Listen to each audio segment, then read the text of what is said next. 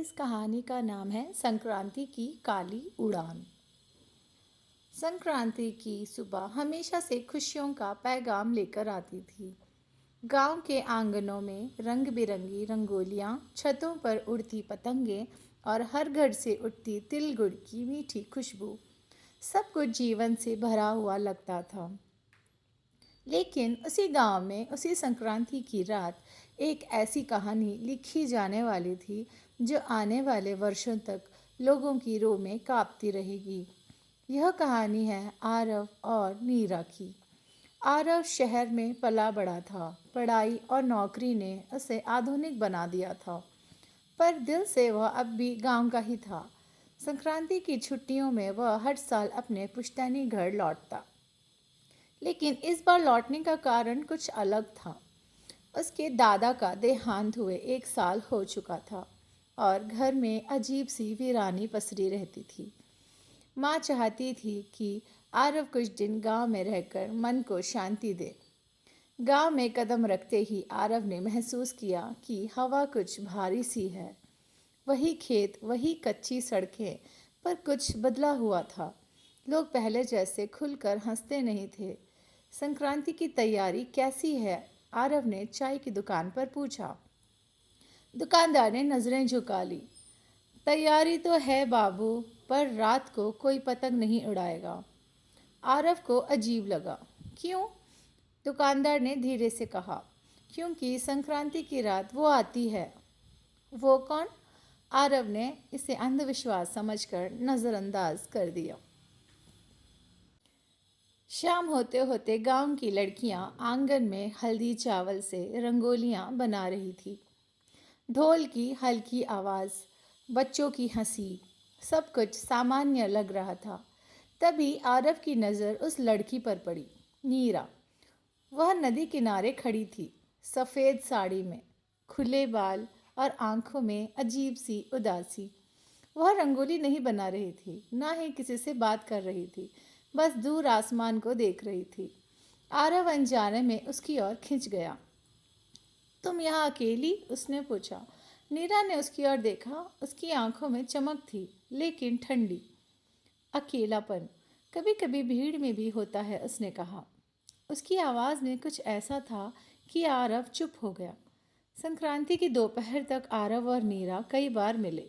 नीरा गांव की नहीं लगती थी, पर शहर की भी नहीं। वह लोकगीत जानती थी, खेतों की बातें करती थी और फिर अचानक आधुनिक कविताएं सुनाने लगती थी। आरव को उससे बात करना अच्छा लगने लगा। वह हंसती तो ऐसा लगता जैसे ठंडी हवा बह गई हो।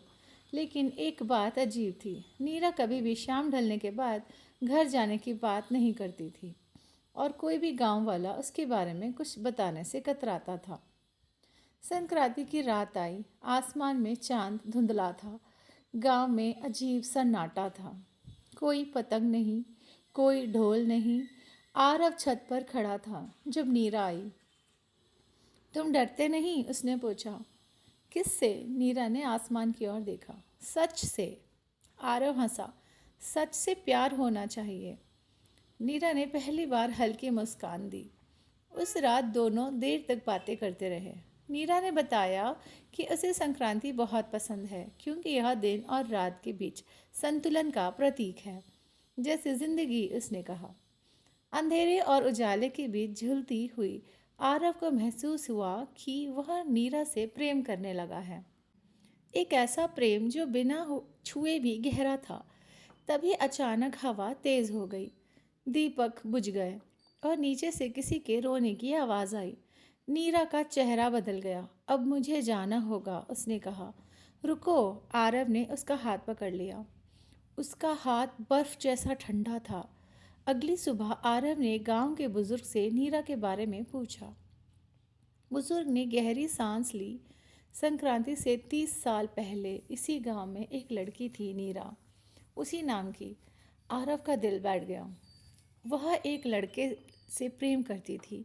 संक्रांति की रात दोनों भागने वाले थे, पर गांव वालों ने उन्हें देख लिया।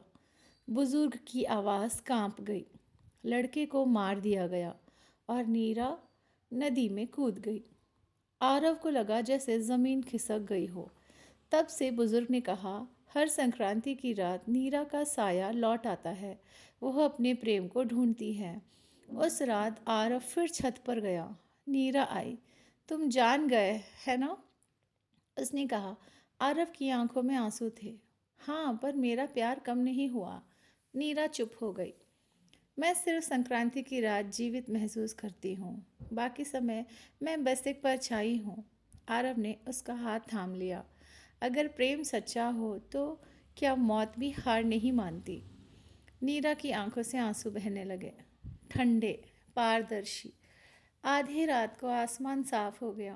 पहली बार उस गांव में संक्रांति की रात पतंग उड़ी। आरव और नीरा ने एक साथ डोर थामी। यह मेरी आखिरी संक्रांति है, नीरा ने कहा। आज अगर मैं मुक्त हो गई तो शायद फिर कभी ना लौटूं। पतंग आसमान में ऊंची उठी और अचानक नीरा की पकड़ ढीली पड़ गई। वह मुस्कुराई। प्यार मुझे आज़ाद कर देता है, उसने कहा, और वह हवा में घुल गई। सुबह गांव में अजीब शांति थी। लोगों ने पहली बार संक्रांति की रात चैन से नींद ली थी। नदी किनारे एक सफ़ेद फूल खिला जिसे किसी ने पहले कभी नहीं देखा था। आरव शहर लौट गया, लेकिन हर संक्रांति पर वह उस गांव आता है और जब पतंग उड़ती है उसे लगता है नीरा कहीं न कहीं आसमान में मुस्कुरा रही है। क्योंकि प्रेम अगर सच्चा हो तो भूतिया भी पवित्र हो जाता है। और संक्रांति सिर्फ त्योहार नहीं, आत्माओं की भी मुक्त होने का दिन बन जाती है। अगर आपको ये कहानी पसंद आए तो लाइक करें, मेरे चैनल को सब्सक्राइब करें और ज़्यादा से ज़्यादा शेयर करें। Thank you so much.